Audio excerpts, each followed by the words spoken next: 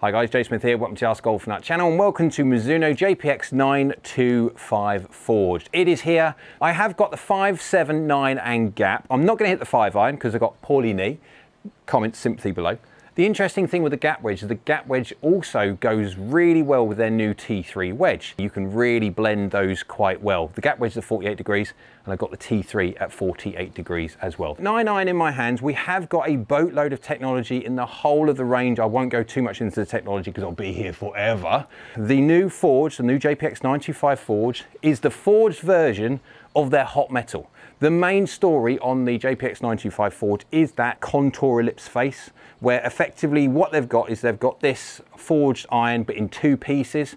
The reason for that is when they've got it in 2 pieces they can access the face. Normally when they do it in 1 piece they can't really mill the back of the face out because of the angle, and they mill that elliptical, that contour ellipse in there, which works so well for the hot metals. They are one of, if not the most forgiving irons I've ever tested for trying to keep ball speed up when you don't hit the middle. The Forge is more of a bridging golf club, more of a bridging iron which goes from the game improvement side into this, or from this into the Mizuno Pro, the MP side.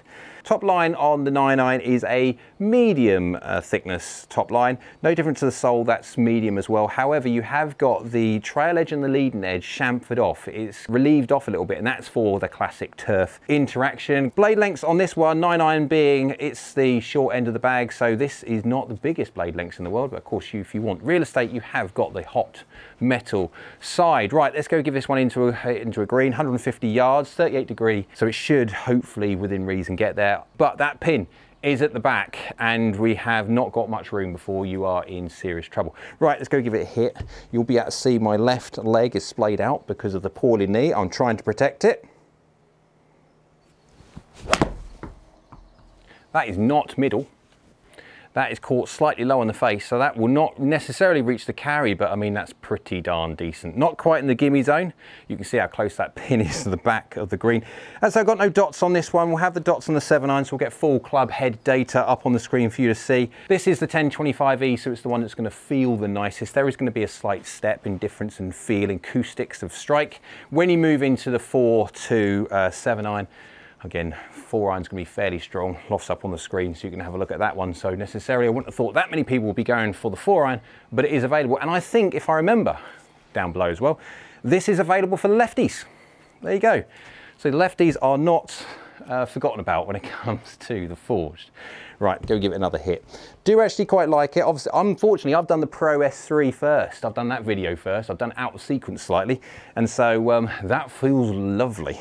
This one, it still feels nice, don't get me wrong, but you can still tell there's a little bit of tech in there. Give it another hit.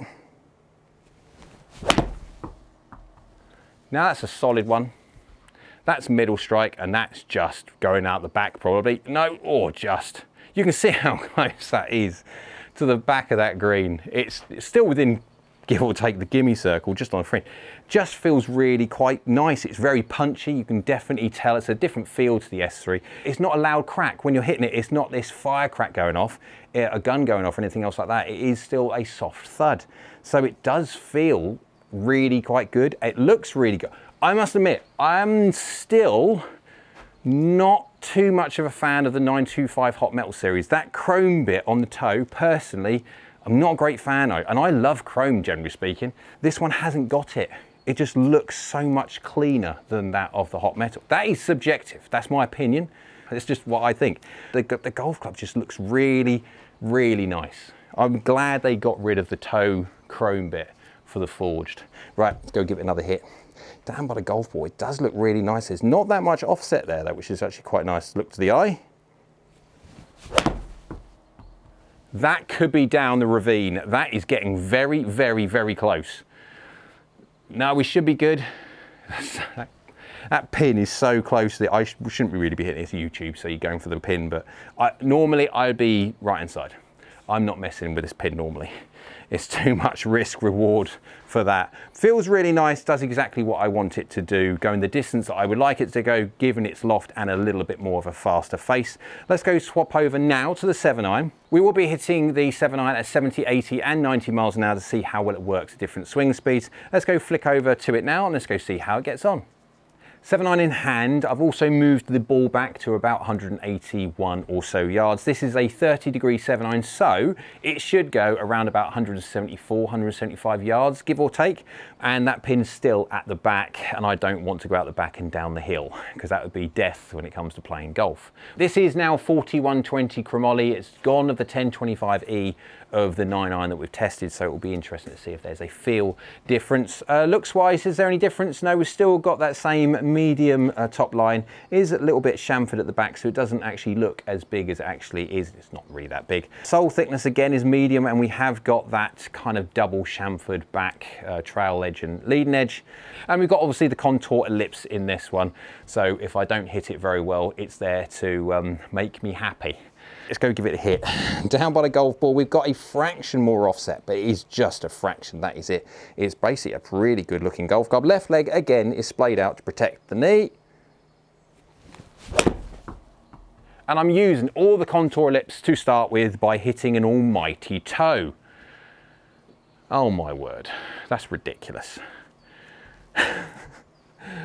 Yeah, path 1.4 from the inside and face is basically 0. 2 mil low. 14 mil toe.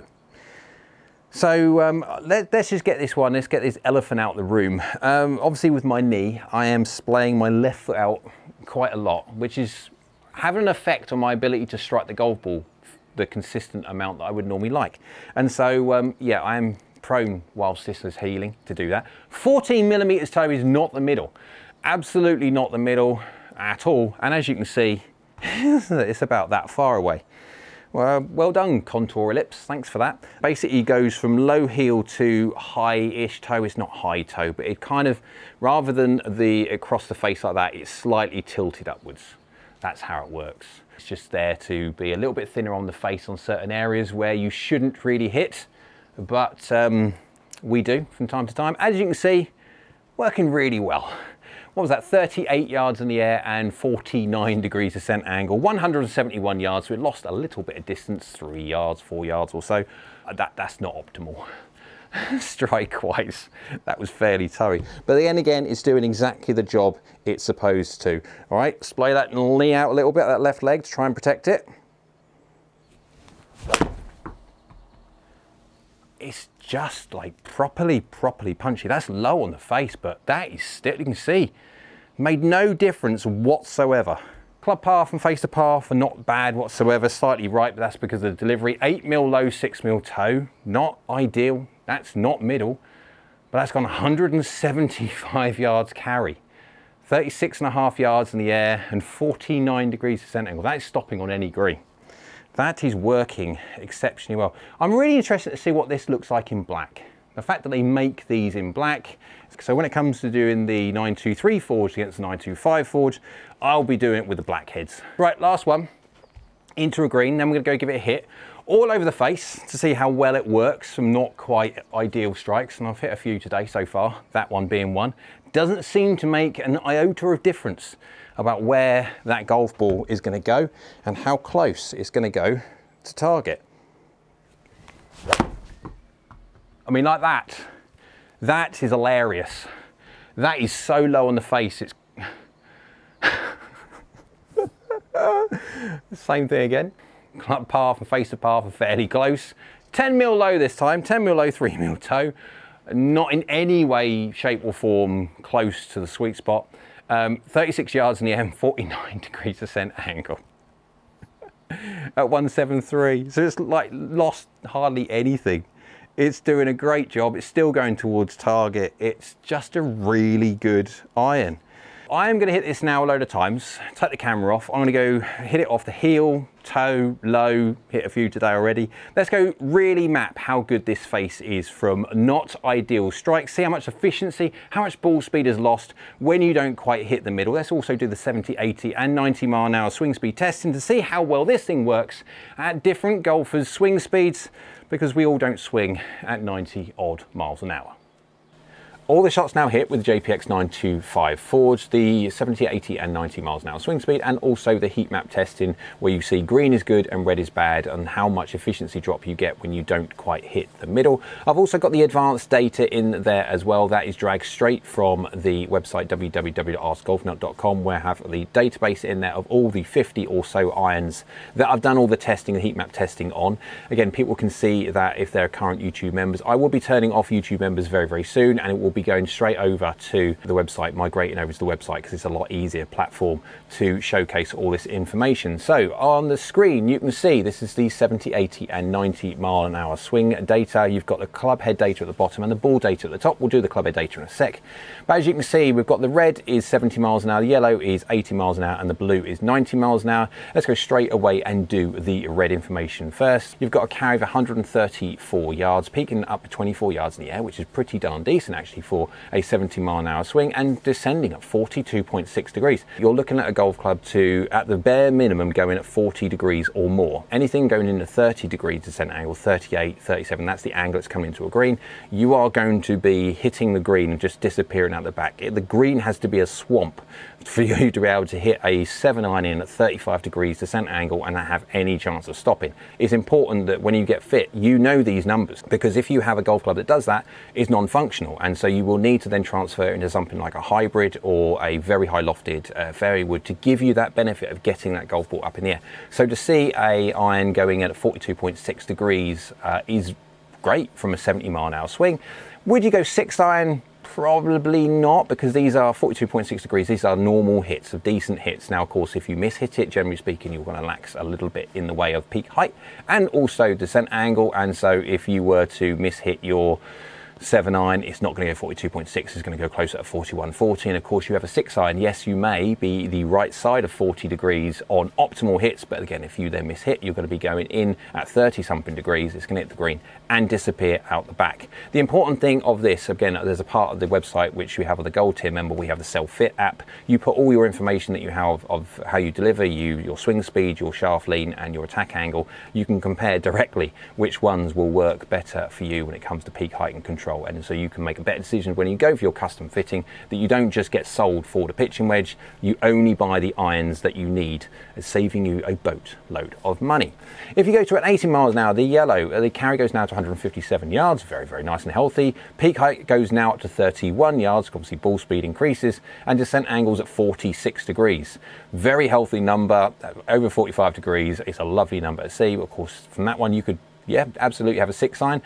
Or you can have a conversation with 5, possibly at 46 degrees. So you'd be looking at maybe 44 degrees, 43.5 degrees, 41, 42 for a 5. So have the conversation with your fitter. Obviously, this is the information delivered how I deliver. We'll get to the club head data in a sec. If you go full on 90 miles an hour, which is the blue, carry goes 177 yards, which I think you'd agree is plenty enough. Peak height of 40 and descent angles over 50 degrees. So at over 50 degrees, you could absolutely have the entire range nearly. Well, from a 4-iron point of view, yes, it will get tight with a 4-iron, obviously, as you start getting down to the lower 40 degrees, but still functional. I personally wouldn't, because again, you miss-hit 4-irons and they can go in quite low. And so I'd always then transition into something like a hybrid to give you that wiggle room back. Remember, hybrids have got roll and bulge on the face for happiness when you miss-hit.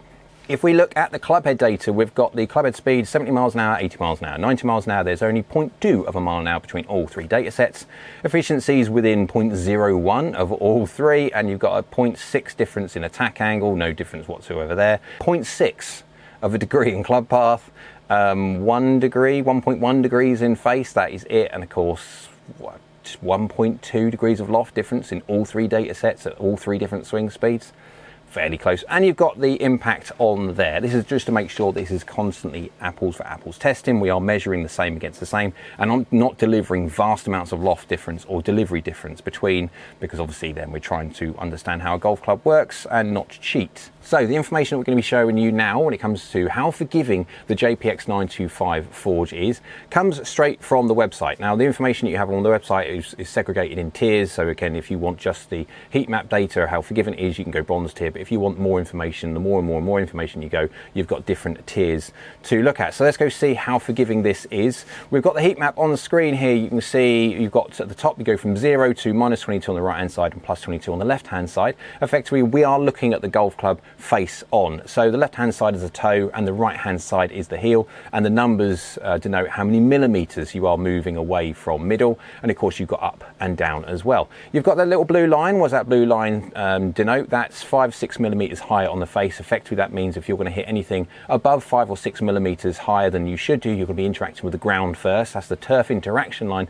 Basically, please don't hit me above that line. Golf clubs, generally speaking, aren't very forgiving high on the face anyway, and of course if you add the fact that you're going to be hitting terra firma first, you haven't got to worry about how efficient a golf club is high on the face when you're taking a boatload of speed out of the golf shot, because your club is hitting the ground first. You can move all the way to 22 millimeters toe, 0 mil high, and effectively you are only losing 4% of your ball speed, and that's what the percentages mean. How many percentage of your ball speed you are losing when you don't hit the middle. So the bigger the green is good. Effectively, what red is bad and orange is, yeah, anything green and yellow is not bad at all. You can see how big that green blob is. This is exactly the same as a JPX 925 hot metal series. It's got the same technology in that of that series of the hot metal, and the hot metals, especially the Hot Metal Pro, does so well on forgiveness because that contour ellipse face. This has got the same thing. It's forged, so it feels slightly different, looks very much so different to that of the hot metals, but it's still got the same technology in there. So I'm not surprised at all to see how big that green blob is. You have to go quite some distance away, as in off the scoring lines, to go into the red on this golf club. So if we look at the information on the screen there now, that's the radar chart that compares the average against whatever you're clubbing. Again, I'll put the average on there, but you can compare two different golf clubs of the 50 or so that I've got on the database. This is the silver tier. You can see there on the radar chart on the left hand side it's silver, but you've sort of got the advanced data. That's tabular. That's a little bit more busy on the information, but this compares iron against iron, or in this case, you can see on the top left, I've done the average of all the golf clubs on the 50 or so I've got on the database against the JPX 925 forge. How well does it do on average compared to that? And on toe, it is slightly more forgiving than the average golf club. On the heel, it is considerably more forgiving than the average golf club. No different to low, it does better. That's because of that contour ellipse face. And on average, its forgiveness level is quite considerably better than the average golf club. If you go face speed, it is one of the fastest faces that I've ever measured of a golf club, and it's that contour ellipse face. It is just ridiculously springy and really good off of mishits because of that variable face thickness. Distance potential, that's obviously because of the face speed is up there, but if you look at the face spin rate, it's just under average. This is effectively CG tracking the center of gravity of the head. The center of gravity of this head is quite low, and so effectively what you're going to have is a slightly lower spin rate, but your launch factor, you can see, is slightly higher. So different golf clubs launch things differently. So if you're a golfer which needs as much launch as possible, let's say you're a slow swing speed golfer and you need to keep that golf ball up in the air, you need a golf club with a really fast face. It launches the golf ball as high as it possibly can do while still retaining as much spin profile as possible. If you go down the other route and you're a hyper fast swing speed player, you do not need a golf club which launches really high, because your golf balls are going to go to the moon. You don't care about how fast the face is because you're swinging at 93, 95 miles an hour with a 7-iron. You generate speed from your swing speed. You don't need the face speed. So you're looking at, different players will look at different things. That's why it's important to have all this information on there for people to critique. So when you're making your decisions about what golf clubs to test when you're looking at making a purchase, you can absolutely tailor your test list on the basis of what you need, not what the marketing says. As a conclusion for the JPX 925 forge, I will say this. Let's just go down the looks and feel first. I don't think it was a secret that I'm not a great fan of the JPX 925 hot metal series. With that chrome around the toe, just doesn't suit. Again, it's a subjective, it's my opinion. Just ignore it completely because it's just my opinion. Some people may love it, and that's absolutely great. The new JPX 925 forge though just looks such a nice iron. Feel it is a forged golf club. Yes, you've got the transition between the 1025E and the 8 gap wedge as opposed to the 4 to 7 or so in the 4120 chromoly. So there is a slight step in feel difference when you go from one to the other, but from a performance difference, there's a reason why they have step technology.